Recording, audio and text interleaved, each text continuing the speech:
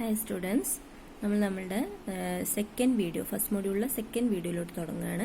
അപ്പോൾ അതിൽ നമ്മൾ ഡിസ്കസ് ചെയ്യാൻ പോകുന്ന ഹൈഡ്രോ ഇലക്ട്രിക് പവർ പ്ലാന്റ് ആണ്.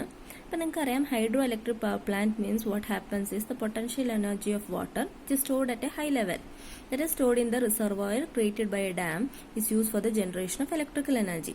അപ്പോൾ water head is used to drive the water turbine which is coupled to the generator, and based on this head the hydroelectric stations are categorized as എന്തൊക്കെയാണ് low head 60 മീറ്റേഴ്സിന്റെ ഉള്ളിലുള്ളതിനെ ഒക്കെ നമ്മൾ law head plant എന്നും 60 to 300 മീറ്റേഴ്സിന്റെ ഉള്ളിലുള്ളത് medium head എന്നും 300 metre above വരുന്ന high head പ്ലാന്റുമാണ് നമ്മളായിട്ട് hydro electric സ്റ്റേഷനായിട്ട് characterise ചെയ്യുന്നത്. For example ഇപ്പം നമ്മൾ ഇടുക്കി ഒക്കെ എടുക്കുന്നത് ഹൈ ഹെഡ് പ്ലാന്റ് ആണ്, ഇറ്റ്സ് എബവ് 300. അപ്പോൾ ആ ഹെഡ് അനുസരിച്ചാണ് നമ്മൾ ഈ വെക്കുന്ന ടർബൈൻ അവിടെ ഉണ്ടാവുക. അപ്പോൾ ഓരോ ഹെഡ് അനുസരിച്ച് ഡിഫറെന്റ് ടർബൈൻസ് നമ്മൾ യൂസ് ചെയ്യും. ഓക്കെ, ലൈക്ക് കെപ്ലാൻ ഉണ്ട്, ഫ്രാൻസിസ്, അതൊക്കെ നിങ്ങൾ പഠിച്ചതാണ്. അപ്പോൾ അങ്ങനത്തെ ടർബൈൻസ് യൂസ് ചെയ്യും.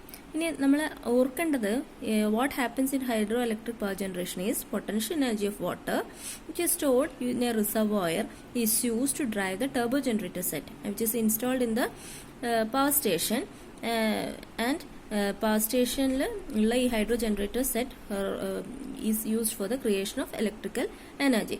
And usually the water comes from the reservoir to the turbo generator, means a turbine, through a piping called penstock.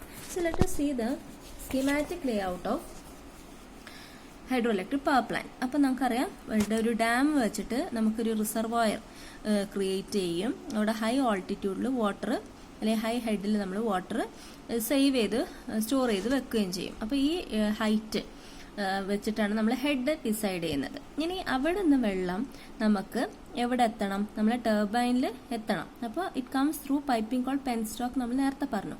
ഇനി അത് ഒറ്റ അടിക്ക് പെൻസ്റ്റോക്കുകൾ നേരെ കണക്ട് ചെയ്യില്ല. In between you have something called as valve house. And what does this valve house do is, അത് നമ്മളുടെ different valves ഉണ്ടാവും which is use for the control of water flow. അത് ചിലപ്പോൾ ഓട്ടോമാറ്റിക് വാൽവ്സ് ഉണ്ടാവും, manually control. ഇപ്പോഴൊക്കെ അധികം automated ആണ്. Like squad ഒക്കെ വന്ന ശേഷം നമുക്ക് ഓട്ടോമാറ്റിക് ഐസൊലേറ്റിംഗ് വാൽവ്സ് ഒക്കെ ഉണ്ട്. പെട്ടെന്ന് എന്തെങ്കിലും ഇഷ്യൂ വരികയാണെങ്കിൽ വാട്ടറിന്റെ സപ്ലൈ കട്ട് ചെയ്യാനൊക്കെ യൂസ് ചെയ്യുന്നതാണ് വാൽവ് ഹൗസ്. അതിൻ്റെ ഉള്ളിൽ ഡിഫറെന്റ് വാൽവ്സ് ഉണ്ട്. ഇനി നമ്മളുടെ ഒരു ഡാമിൽ നിന്ന് അല്ലെങ്കിൽ റിസർവോയറിൽ നിന്ന് വെള്ളം വാൽവ് ഹൗസ്ക്ക് വരുന്ന ആ ടണലിന്റെ പേരാണ് പ്രഷർ ടണൽ.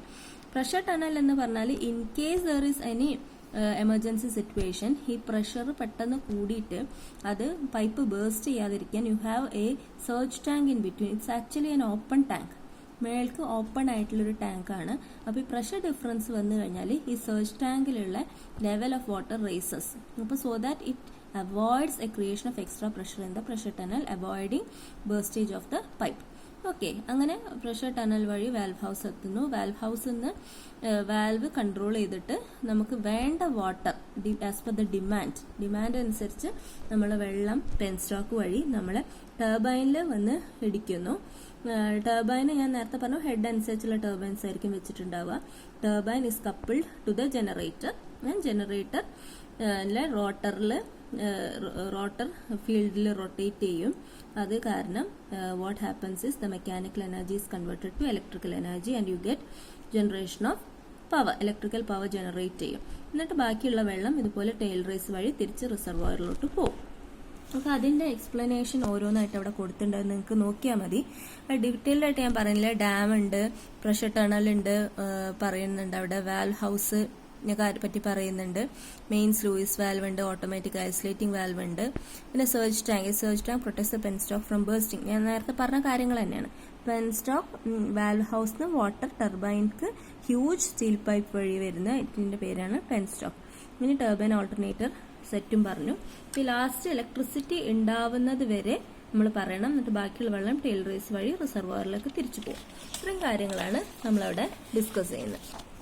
ഇനി ഇതിന്റെ അഡ്വാൻറ്റേജും ഡിസഡ്വാൻറ്റേജും ആണ്. അപ്പൊ അത് ഓരോന്നും നോക്കുക. നിങ്ങൾക്കറിയാം അഡ്വാൻറ്റേജ് ഒന്നും നമ്മൾ പഠിക്കേണ്ട ആവശ്യമൊന്നുമില്ല. ഇതൊക്കെ നമുക്ക് നമ്മളുടെ അറിവിൽ തന്നെ എഴുതാം. എക്കോ ഫ്രണ്ട്ലി ആണ്, നീറ്റ് ആൻഡ് ക്ലീൻ ആണ്, റിലയബിൾ ആണ്.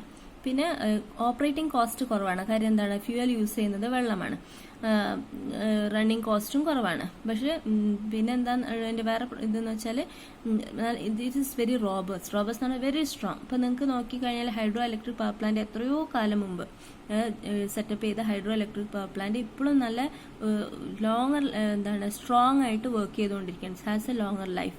സിമ്പിൾ ഇൻ കൺസ്ട്രക്ഷൻ, മെയിൻ്റനൻസ് ഒക്കെ കുറച്ച് മതി. പക്ഷേ അതിൻ്റെ ഡിസഡ്വാൻറ്റേജ് എന്ന് പറഞ്ഞാൽ കുറേ ഏരിയ വേണം സെറ്റപ്പ് ചെയ്യാൻ. അതുകൊണ്ട് ഒരിക്കലും നമ്മുടെ ലോഡ് സെൻറ്ററിൻ്റെ അടുത്തായിരിക്കില്ല നമ്മളുടെ പ്ലാന്റ് ഉണ്ടാവുക, കുറച്ച് ദൂരമായിരിക്കും. പിന്നെ നമുക്ക് ഇത് ഉണ്ടാക്കി വരാൻ സെറ്റപ്പിന് കുറേ നമ്മൾ എന്ത് ചെയ്യണം എന്ന് വെച്ചാൽ ലാർജ് ഏരിയ വേണ്ടിട്ട് നമ്മൾ കുറേ ഡീഫോറസ്റ്റേഷനൊക്കെ നടത്തേണ്ടി വരും. പിന്നെ അതുപോലെ തന്നെ ഇൻസ്റ്റലേഷൻ, അതുകൊണ്ട് തന്നെ കുറേ ഏരിയ അക്വയർ ചെയ്യാനും ഒക്കെ വരുമ്പോഴത്തേന് അതിൻ്റെ ഇൻസ്റ്റാൾ ചെയ്യുന്ന കോസ്റ്റ് ഹൈ ആണ് ബാക്കി പ്ലാന്റ്സിനെ വെച്ച് നോക്കുമ്പോൾ. മാസീവ് സിവിൽ കൺസ്ട്രക്ഷൻ വേണ്ടി വരും. പിന്നെ അതുപോലെ തന്നെ ദൂരെ അതിനെ കൊണ്ട് ലോങ് ട്രാൻസ്മിഷൻ ലൈൻസ് ആണ് വേണ്ടത്, as it is located far from the load centres. പിന്നെ construction can lead to imbalance. കാര്യം എന്താ, നമ്മൾ പറഞ്ഞു ഡിഫോറസ്റ്റേഷനും ലാൻഡ്സ്കേപ്പിലൊക്കെ ചേഞ്ചസ് വരുത്തുന്നതിനെ കൊണ്ട് it may lead to some natural calamity or something like that. അപ്പോൾ അത്രയും കാര്യങ്ങളാണ് നമ്മുടെ അഡ്വാൻറ്റേജും ഡിസഡ്വാൻറ്റേജും. ഇനി അടുത്തത് നെക്സ്റ്റ് വരുന്നത് തെർമൽ പവർ പ്ലാന്റ് ആണ്. That will put as a third video.